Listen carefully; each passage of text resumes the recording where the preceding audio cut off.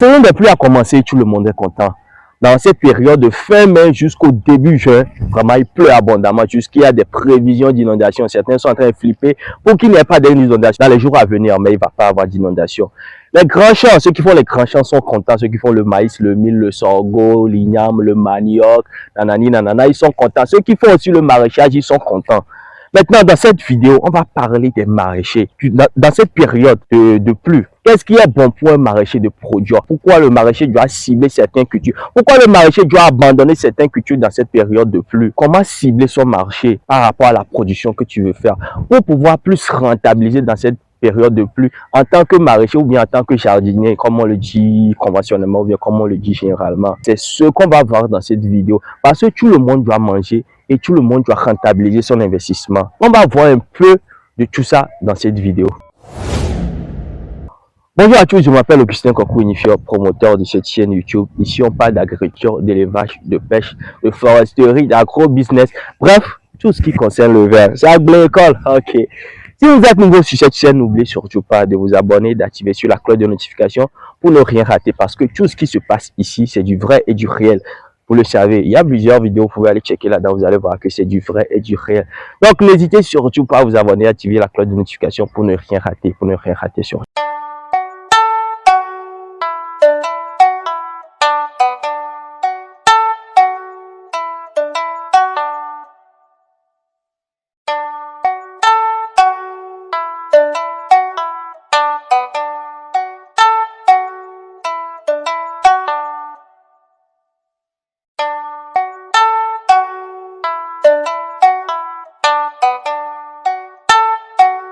Les maraîchers sont définis comme ceux qui produisent les légumes en général. Si on parle des jardiniers, au Togo, la majeure partie des maraîchers sont concentrés dans la zone littérale, dans le sud, dans le maritime du pays. Quand tu quittes le littoral d'Anéro, ils sont beaucoup plus là-bas.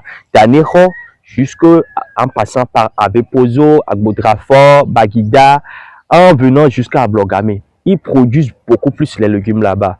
À l'intérieur du pays, au bord des fleuves, le Mono et ses affluents, et en allant jusqu'au nord, au niveau de Loti, dans les littorales de Loti, et dans la région de la savane. La seconde zone de production du maraîchage, c'est la région de la savane. Il y a beaucoup de maraîchers qui sont beaucoup plus concentrés là-bas.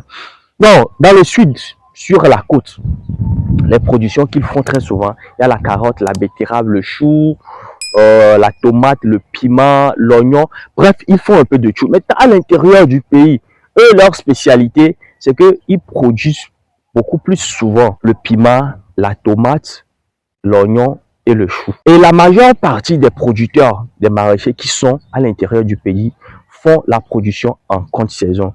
Vous allez me demander pourquoi ils font la production en contre-saison et pourquoi ceux qui sont sur la littorale produisent tout le courant de l'année. Je vous explique. En pleine saison de pluie, il y a beaucoup qui font la production du piment et de la tomate. Beaucoup font ça en plein champ. Vous me comprenez, non? De même que le chou, beaucoup font ça en plein champ. Dans ces périodes-là, vous allez voir, bon, déjà dans le mois d'avril, les gens commencent les pépinières. Les producteurs dans l'ensemble, ils commencent la pépinière, surtout pour le piment et la tomate.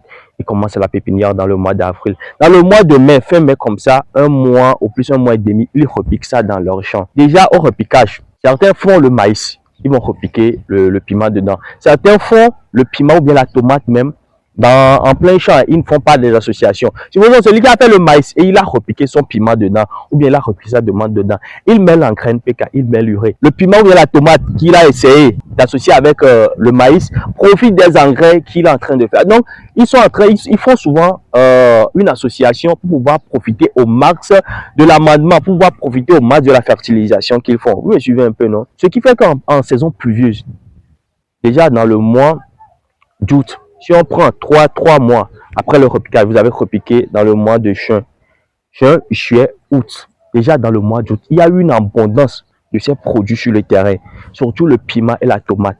La tomate, le piment, bon, le piment, si on prend en premier le piment généralement en contre-saison, le sac va jusqu'à 70 000 francs sur le terrain. Et en saison des pluies comme ça, dans le mois d'août, septembre, ça chute, ça descend jusqu'à 15 000 francs sur le terrain. La tomate, le panier de la tomate monte des fois jusqu'à 15 000 francs, jusqu'à intervalle 10 000, 15 000 francs en compte saison. Mais malheureusement, quand on vient en saison de pluie, ce même panier descend, ça va jusqu'à 4 000 francs, vous comprenez? Ce qui fait que les maraîchers n'arrivent pas à s'en sortir.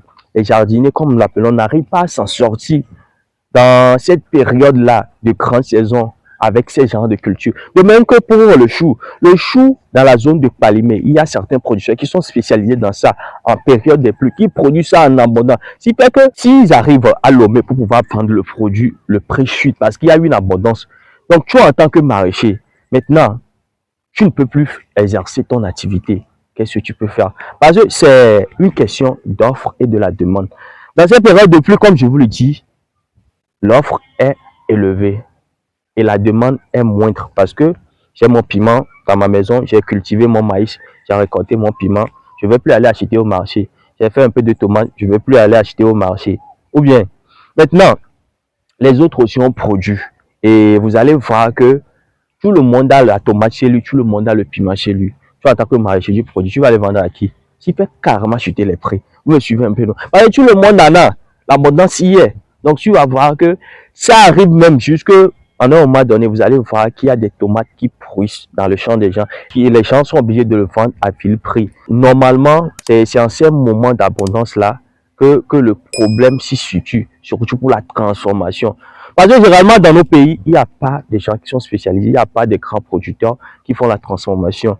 Je crois qu'il y a le grand frère Latanko Timati qui a profité de cette opportunité pour faire la transformation. Je ne sais pas s'il en profite au Marseille ou s'il en profite au Marseille vraiment. Parce qu'il faut trouver des systèmes de conditionnement, il faut avoir un bon procédé, il faut avoir des techniques de conditionnement pour pouvoir conserver. C'est une planification qu'il faut faire en général pour pouvoir conserver ces tomates-là. Et certains le font pour pouvoir faire la purée de tomates, certains font ça pour pouvoir faire les concentrés de tomates, certains font pour faire les tomates sèches. Il y a les tomates sèches qui font, les tomates sèches qui font, ou bien les tomates en poudre. Il y a aussi le piment en poudre, il y a le piment concentré. Il y a beaucoup de choses que les gens font pour pouvoir en profiter. Et maintenant, en saison sèche ou bien en période de pénurie, ils pouvaient vendre ça. C'est une sorte de planification pour pouvoir gagner aussi. Maintenant, on ne va pas trop parler de ceux qui sont spécialisés dans la transformation de ces produits. Mais on va parler maintenant des maraîchers. Toi, en tant que maraîcher, déjà en saison de pluie, tu vois que tu ne peux plus faire cette production-là. Qu'est-ce qui se passe? Qu'est-ce que tu peux faire? Dans mon constat, la majeure partie des maraîchers, ils convertissent leurs champs ou bien leur zone de production de maraîchage en grand champ.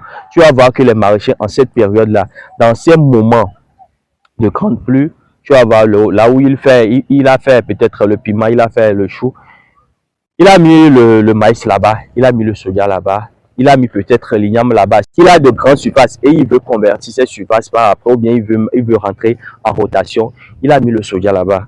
Vous voyez, il a mis le soja là-bas, il a mis le maïs là-bas, il a mis le sorgho là-bas, il a mis autre chose là-bas. Mais moi, personnellement, qu'est-ce que je peux conseiller à ces maraîchers? Et c'est vrai, dans nos localités, surtout à l'intérieur du pays, on n'aime pas manger la nourriture des Blancs. Vous voyez, c'est un peu le souci aussi. C'est plus parce que tu produis maintenant la laitue, tu produis la betterave, tu produis la carotte. Beaucoup n'arrivent pas à gagner ces marchés-là à l'intérieur du pays. Ils sont obligés de ramener ces produits-là vers Lomé. Alors qu'à Lomé, la concurrence y est avec les maraîchers qui sont au bord de la mer, comme je viens de le dire. Parce que eux, ceux qui sont au bord de la mer, ils ont un sol tellement léger. Vous savez, au bord de la mer, c'est une terre sablonneuse. Que s'il fait développer vraiment cette tubercule-là, la carotte et la betterave, donc ils produisent au max là-bas. Et maintenant, tu vois, tu produis ces choses-là en saison de pluie. Tu vas envoyer là-bas. Ça veut dire que tu vas rentrer en concurrence avec eux. Mais ce qui est beaucoup plus préférable, ce qui est conseillé pour les maraîchers, c'est de cibler les grands marchés. Supposons à l'intérieur du pays, il y a le marché de Notier, il y a le marché d'Anier, il y a le marché d'Atakpamé, il y a le marché d'Agbonou, il y a le marché de Sokodé, il y a le grand marché de Kara, il y a le marché de Mango, il y a le marché de Dapan. Il y a ces grands marchés-là. Donc, il faudrait maintenant voir quels sont les produits que les gens ne produisent pas beaucoup dans ces périodes. La tomate et le piment sont carrément laissés à part. Le chou aussi est carrément laissé à part. Il y a le poivron que certains produisent dans ces périodes-là qui marchent bien. Il y a la betterave que tu peux produire en cette période. Et puis tu cibles ces marchés en fonction de la production, en fonction de la demande. Parce que supposons, si tu veux maintenant aller faire la production ou bien aller vendre sur le marché de peut-être, je veux donner les... Bon, chez notre marché ici, le marché de Niamassila, ou bien le marché de Lavagno à côté, tu vas pas trouver un grand marché. Mais si tu vas, tu essaies de négocier avec les bonnes dames qui sont à Nié, parce qu'à Nié, c'est moyennement une grande ville. Et il y a beaucoup qui mangent de la salade là-bas. Il y a beaucoup qui mangent de la salade là-bas. Donc, tu négocies avec les bonnes dames là. Tu fais une bonne production de betteraves, tu fais une bonne production de carottes que tu peux rapidement. Tu fais une bonne production de poivrons parce que les gens ne s'aventurent pas dans la production de poivrons très souvent en période de Tu peux aussi produire les concombres, tu vois. Il y a certains légumes que les gens ne produisent pas. Donc, tu dois profiter de cette opportunité pour pouvoir faire ce genre de production et pouvoir gagner en temps. Maintenant, si tu as les moyens, tu peux aussi t'aventurer dans la conservation ou dans la transformation, dans la fabrication des purées, ou bien certains le font. Il y a aussi le gombo. Le gombo, j'ai carrément oublié. Le gombo qu'on fait, ils font beaucoup plus la production du gombo en Orchamps. Et à l'intérieur, depuis les plateaux, depuis Atapamé jusqu'à Arlé, les gens font le gombo sec. Après avoir récolté, ils essaient de couper le gombo, ils font le gombo sec, ils conditionnent, qui revendent dans la période de pénurie. Parce que déjà, à partir de janvier, comme ça, il y a une pénurie. Ceux qui mangent le gombo sec, ils vont manger. Mais si tu peux pas manger le gombo sec, c'est ton problème. Et tu peux aussi, si tu as les moyens, faire la conservation pour pouvoir avoir du gombo frais. Ou bien tu calcules la période pour pouvoir faire un repique, pour pouvoir semer ton gombo, afin de pouvoir faire les récoltes dans le mois de décembre. Donc, il faut essayer de faire une planification et faire un décalage en fonction de ça. C'est ce qui est important. C'est ce qui est important pour un maraîcher et pour pouvoir s'en sortir dans la saison pluvieuse, pour ne pas rester à la maison. Associé au grand champ, peut-être associé à ton champ de maïs, à ton champ de niébé, à ton champ de soya, à ton champ de manioc que tu vas faire. Tu associes certains légumes. Vous comprenez un peu, non? Tu associes certains légumes. Tu cherches un bon marché avec les bonnes dames. Tu fais une production en fonction de la demande. Et puis tu gagnes deux parties. En somme de tout ce que nous venons de voir, le maraîcher peut bien s'en sortir en période des pluies. Et comme je viens de le dire, il peut toutefois associer les grands champs qu'il fait avec un peu de maraîchage. La première des choses est de voir cibler sa culture qu'il veut faire. Il faut cibler le marché.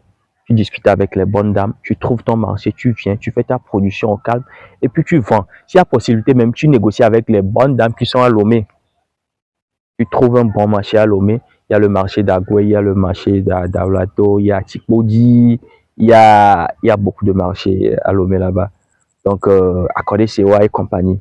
Tu cibles, tu négocies avec les bonnes dames là-bas, tu fais ta production et tu livres au calme, associé à ta production de maïs, de mil, de sorgho, tu vas voir que tu vas gagner doublement.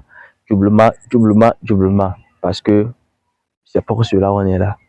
On investit pour gagner et non, on investit pour perdre. Et un travailleur ne reste pas à la maison. Comme je vous le dis toujours, l'avenir appartient à ceux qui se lèvent tôt. Le corps qui fait coucou est juste malchanceux. Et la cigale ayant chanté tout l'été. Merci de m'avoir suivi du début jusqu'à la fin. J'espère que ce contenu vous a plu. Même si ça ne vous a pas plu, ça va vous plaire.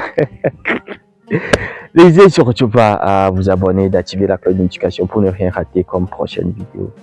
Merci à tous et que Dieu, le Tout-Puissant, vous bénisse. God bless.